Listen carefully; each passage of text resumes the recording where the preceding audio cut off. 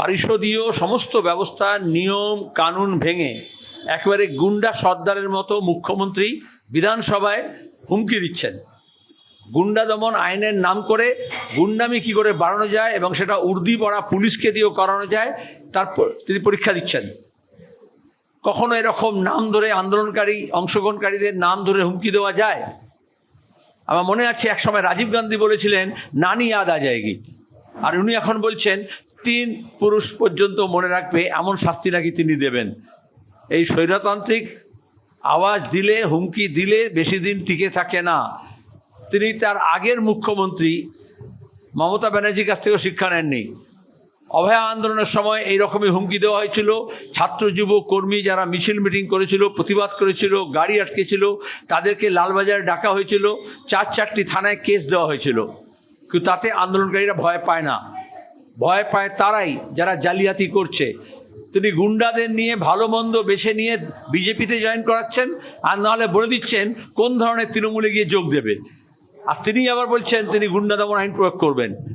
আমরা বিচারালয়ের কাছে যাব, স্পষ্ট হয়ে গেছে কোনো গুন্ডা টুন্ডা না, তিনি আন্দোলনকারীদের ভয় দেখাতে চাইছেন। কিন্তু যত ভয় দেখাবে মিছিলে তত ভিড় বাড়বে, প্রতিবাদে মুখর মানুষ হবে। ওর কেন্দ্রীয় মন্ত্রীর মোদি যখন এখন মাথা নত করলেন আন্দোলনের সামনে এবং শিক্ষামন্ত্রীকে পদত্যাগ করতে হলো, তাহলে হাতি ঘোড়া গেল তল, মশা বলে কত জল। অবশেষে শিক্ষামন্ত্রীকে যেতে হলো। সেই তো মল খাসালি। কেন লোক খাসালি? প্রধানমন্ত্রী নরেন্দ্র মোদী মাসের পর মাস চুপ থাকলেন, একটা টুইট পর্যন্ত করলেন না।